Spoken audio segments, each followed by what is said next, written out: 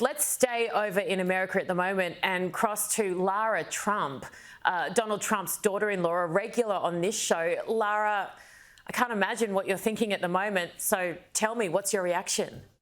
Yeah, I don't think it's a surprise to anyone. This is a New York jury. This is a group of people who, although they may be peers of Donald Trump in a certain manner, they certainly have differing political views.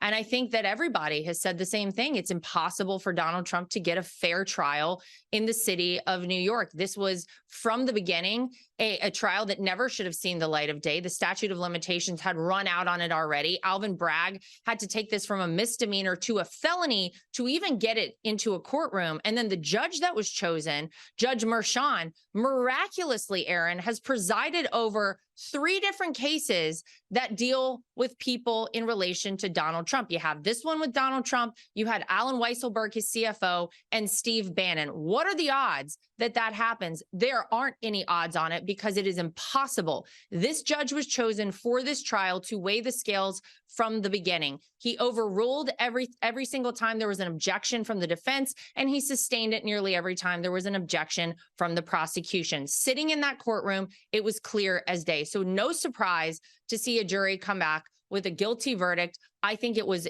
set in stone from the very beginning. They had this planned, but I can tell you one thing, it will deter Donald Trump 0%. He will continue on. I believe you'll see his poll numbers rise. I believe you'll see support galvanized behind him. And I believe he'll go on to become the 47th president of the United States. Lara, there was a lot of talk prior to this trial that everything they're throwing at Trump will only help his chances of going back to the White House, particularly mud and things like this. What's your assessment of the impact this has had on his campaign, the trial itself and the verdict? It's terrifying. I mean, we are supposed to be a free country. You are supposed to have a right as an American citizen to a fair trial. And yet this is the opposite of that. And I think a lot of people, to your point, who maybe even never thought about supporting Donald Trump, look at what they're able to do to a former president, to someone with all the resources that Donald Trump has, and still see what they're able to do to this man. And they say, wow, if they can do this to him, then I don't stand a chance. The average person in this country doesn't have a chance at all if the government decides to go after you. And we've seen the way that they have really been heavy-handed with conservatives, this government of Joe Biden's, over the past several years. It seems like people have been targeted in a way that feels very un-American. And so you couple that with what you've seen happen to Donald Trump, and it has turned people to his side. It has changed a lot of minds, and I think awakened a lot of people in this country. And that's a good thing,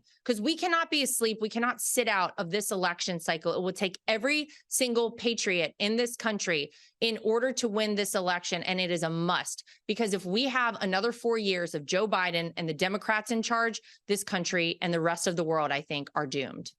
Now, you are co-chair of the RNC, the Republican National Committee. I'd love to know, money-wise, the last 6 weeks, what have the donation figures been like? Have you seen an increase in those the more dirt thrown at Donald Trump, the worse the news gets, essentially? Well, absolutely. Listen, we were able to outraise the Democrats and Joe Biden last month in April by $25 million. And Erin, the really important part that people have to hear is that our average donation is $29.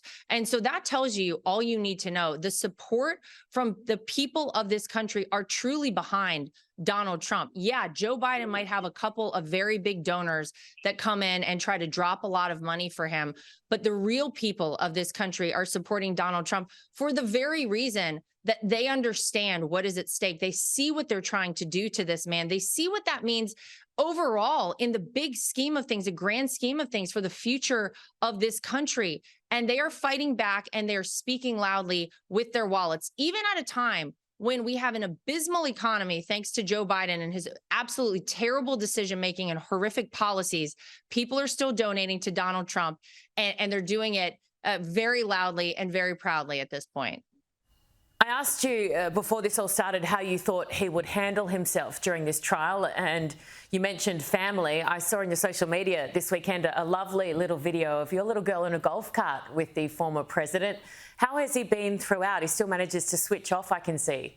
I don't know anyone who could have handled this better. Honestly, he's had such a positive and upbeat attitude about all of it, and truly has done something that I think is really a Donald Trump trait, which is turning lemons into lemonade. You look at the fact that they stuck him in Manhattan in this courtroom for weeks on end. They kept him off the campaign trail, but what did he do, Erin? Every day on the way into that courtroom and every day on the way out of that courtroom, he stopped and he talked to the press. And everybody here in America took it live.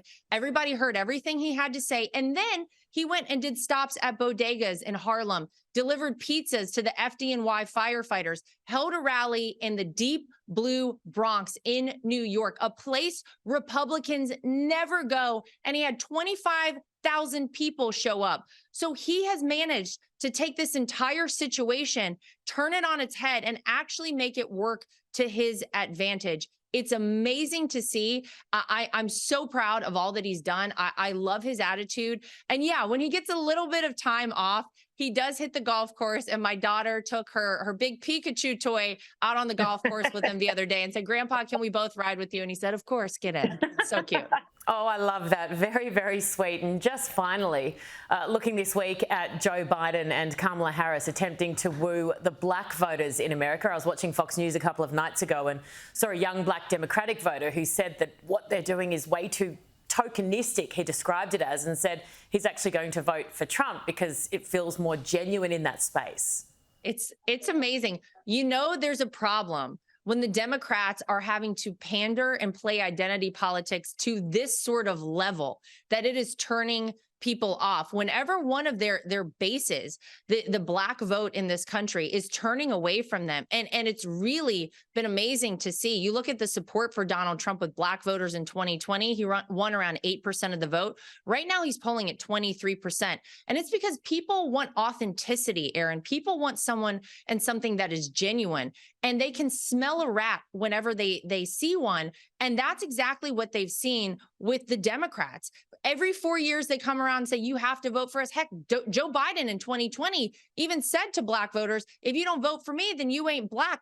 How insulting is it to people to hear that? We live in a country where every single person has to make up their own mind and gets to make up their own mind. No one owns your vote in the United States of America. And people from all different demographics, whether they're black voters, Hispanic voters, or another bloc that we've seen fully revert to Donald Trump and turn away from Joe Biden, young voters, 18 to 24-year-olds, we're beating Joe Biden, I mean, handily, with young voters in this country. And I think it's because they also want the same thing. They want something authentic. They want somebody that they can actually look at, laugh with, appreciate, and respect. And that's what you get with Donald J. Trump. So it speaks volumes that the Democrats are having to go out and try to get back the black vote. They know they are in deep trouble.